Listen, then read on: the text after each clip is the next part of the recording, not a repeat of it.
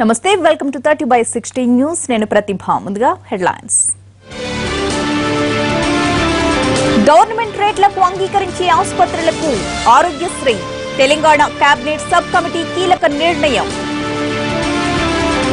Singapore startups group తో AP ప్రభుత్వం MoU cyber టెక్నాలజీలో శిక్షణ ఇవ్వడానికి విశాఖలో సంస్థ ఏర్పాటు ఇళ్ల మీదకి రాళ్లు బయటున్న కార్ల మీద దాడులు హైదరాబాద్ బంజారాహిల్స్ లో అర్ధరాత్రి పోకిరీల ఆగడాలు 53 లక్షలు కొట్టేసిన ఏటీఎం మనీ లోడింగ్ సిబ్బంది విశాఖ జిల్లా చోడవరంలో మహా మోసం కరణ్ జోహార్ సినిమాకు తొలగిపోయిన అడ్డంకులు పాకిస్తాన్ నటులతో సినిమాల విషయంలో ఇక షరతులు గ్రేటర్ రోడ్ల దుస్థితిపై విపక్షాలు సమరం చేస్తున్నాయి. జీహెచ్ఎంసీ హెడ్ ఆఫీస్ లోని మేయర్ కార్యాలయం ఎదుట ధర్నాకు దిగారు యూత్ కాంగ్రెస్ కార్యకర్తలు. రోడ్ల మరమ్మత్తు పేరిట 100 కోట్ల స్కామ్ జరిగిందంటూ మండిపడ్డారు.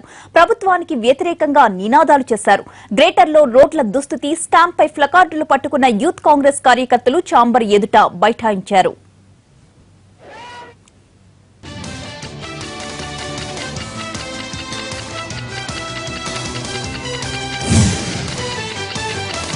ఓ దశలో కార్యకర్తలు మేయర్ కార్యాలయంలోకి దూసుకు వెళ్లడానికి ప్రయత్నించారు. వారిని పోలీసులు అడ్డుకున్నారు. బయటకు తీసుకువెళ్లే ప్రయత్నం చేయడంతో తీవ్ర ఉద్రిక్తంగా మారింది.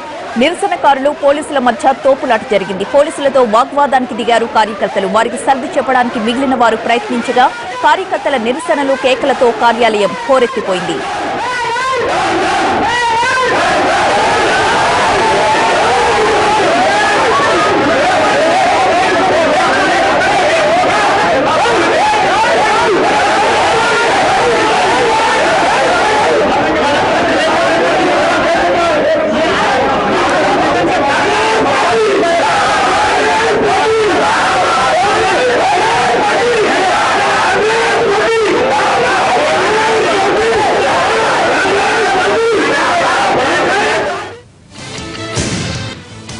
వర్షాలకు దెబ్బతిన్న రోడ్లను రిపేర్ చేయలేని స్థితిలో జీహెచ్ఎంసీ ఉందని బీజేపీ నేత కిషన్ రెడ్డి మండిపడ్డారు. గతుకుల రోడ్ల కారణంగా జరుగుతున్న ప్రమాదాలతో విశ్వనగరం కాస్త విషాద నగరంగా మారిపోయిందని విమర్శించారు.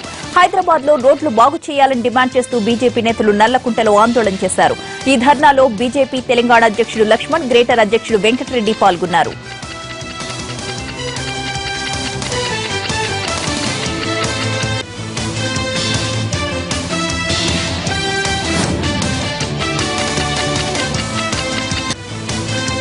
పడి జనం చనిపోతా ఉంటే ఎందుకు ఈ ప్రభుత్వం పట్టించుకోవడం లేదని అడుగుతా ఉన్నాను. ఈరోజు హైదరాబాద్ లో ఉన్నటువంటి రోడ్లు రిపేరింగ్ చేయడానికి డబ్బులు లేదంటాడు ముఖ్యమంత్రి గారు. సెక్రటరియట్ కూడగొట్టి కొత్తది కట్టడానికి మాత్రం డబ్బులు లేదంటాడు. ఏది ప్రాధాన్యత? దమ్ముంటే పార్టీ ఫిరాయించిన ఎమ్మెల్యేలపై వేటు వేసే ఎన్నికలకు రావాలని టీఆర్ఎస్ ప్రభుత్వానికి సవాల్ విసిరారు తెలంగాణ పీసీసీ చీఫ్ ఉత్తమ్ కుమార్ రెడ్డి. ప్రభుత్వం మీద ప్రజలకు ఎంత ప్రేమ ఉందో అప్పుడు తెలుస్తుందన్నారు.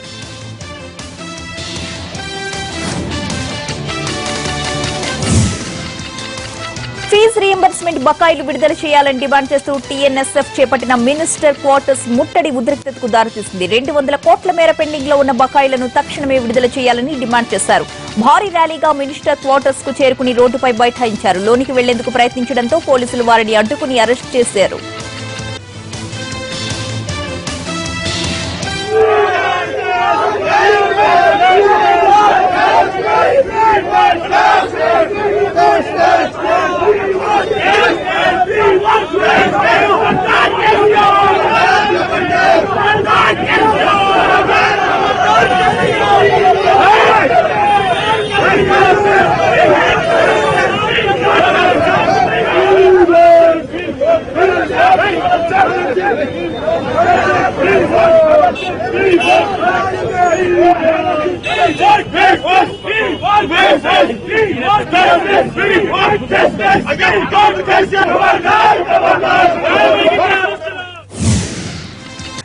కృష్ణా జలాల పంపిణీ విషయంలో మేధోమథనం సాగిస్తోంది తెలంగాణ సర్కార్. దీనికోసం నియమించిన ప్రత్యేక కేబినెట్ సబ్ కమిటీ సెక్రటేరియట్ లో తొలిసారి సమావేశమైంది.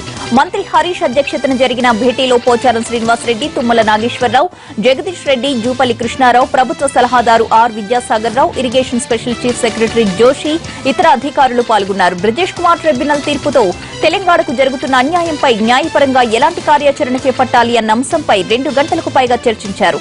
ఈ నెల 29న మరోసారి సమావేశం కావాలని నిర్ణయించారు. బ్రిజేష్ ట్రిబ్యునల్ తీర్పు తెలంగాణ రాష్ట్రంపై తీవ్ర ప్రభావాన్ని చూపిస్తోందని టీ కాంగ్రెస్ కిసాన్ సంఘ్ నేతలు ఆందోళన వ్యక్తం చేశారు. ఈ అంశాన్ని కేసీఆర్ సొంత వ్యవహారంలా చూస్తున్నారని మండిపడ్డారు. దీనిపై అఖిలపక్షంతో ఏం మాట్లాడాలన్న దానిపై నిర్ణయం తీసుకోవాలని డిమాండ్ చేశారు. పొరుగు రాష్ట్రాలతో తగాదా వద్దంటున్న కేసీఆర్ తన నిర్ణయాలతో రాష్ట్రానికి నష్టం చేస్తున్నారని ఆరోపించారు.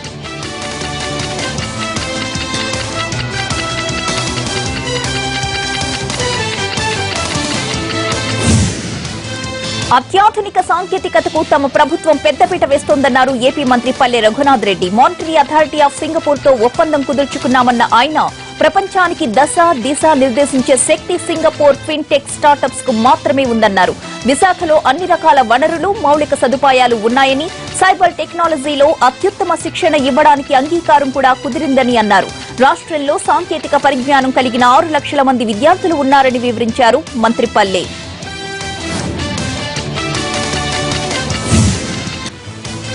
పర్యావరణ పరిరక్షణకు అందరూ కృషి చేయాలన్నారు ఏపీ సీఎం చంద్రబాబు. పర్యావరణానికి హాని కలగని వాహనాలను ప్రమోట్ చేసే ఉద్దేశంతో గయామా రాజా తయారు చేసిన ఎలక్ట్రిక్ సైకిళ్లను పరిశీలించిన బాబు సరదాగా సైకిల్ తొక్కారు. అటు హిందూపురం నియోజకవర్గంలో పర్యటిస్తున్న ఎమ్మెల్యే బాలకృష్ణ బుల్లెట్ పై సందడి చేశారు.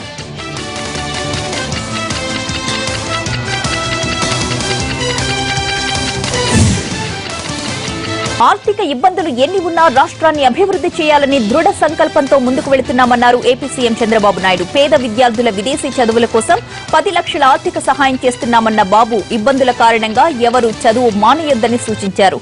తూర్పుగోదావరి జిల్లా కాకినాడలో పర్యటించిన ఆయన 35,000 కోట్లతో పెట్రోకెమికల్ కాంప్లెక్స్ ఏర్పాటు చేస్తామన్నారు.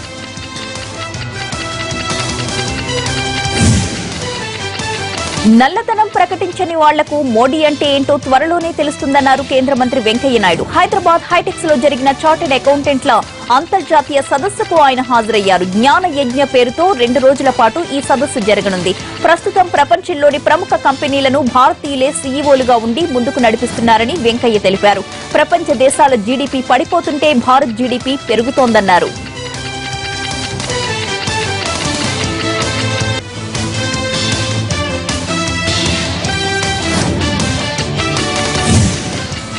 Telangana civil supplies corporation chairman గా పెద్ది సుదర్శన్ రెడ్డి ప్రమాణ స్వీకారం చేశారు. తెలంగాణ భవన్ లో జరిగిన కార్యక్రమానికి డిప్యూటీ సీఎం కడియం శ్రీహరి, మంత్రులు హరీష్, ఈటెల రాజేందర్ తో పాటుగా ఎంపీలు కవిత, వినోద్ కూడా హాజరయ్యారు.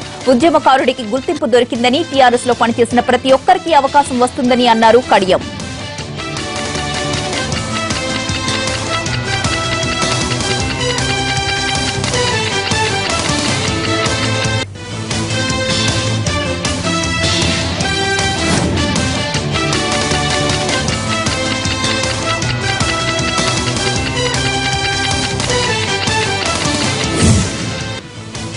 Khammam MLA Puvvada Ajay, MP Ponguleti Srinivasa Reddy TRS లో చేరినందుకు బహుమతిగా దాదాపు 100 కోట్ల రూపాయల భూములను ప్రభుత్వం కట్టబెట్టిందని ఆరోపించారు కాంగ్రెస్ ఎమ్మెల్యే సంపత్. దీనికి సంబంధించి తమ దగ్గర పక్కాగా ఆధారాలున్నాయని, టీ కాంగ్రెస్ తరపున కోర్టుకు కూడా వెళతామని అన్నారు సంపత్.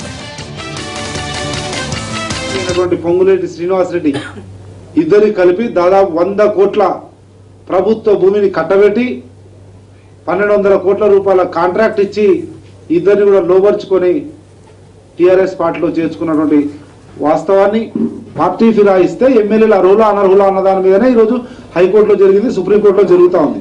కానీ ఇది పార్టీ ఫిరాయించడానికి ఉన్నటువంటి వెసులుబాటును ఏ రకంగా అక్రమంగా, అన్యాయంగా, నియమ నిబంధనలకు వ్యతిరేకంగా టీఆర్ఎస్ పార్టీ ప్రభుత్వ భూములను, ప్రభుత్వ ఆస్తులను కట్టబెడతా ఉంది అన్నదానికి బ్రేక్ తీసుకుందాం. Stay with us.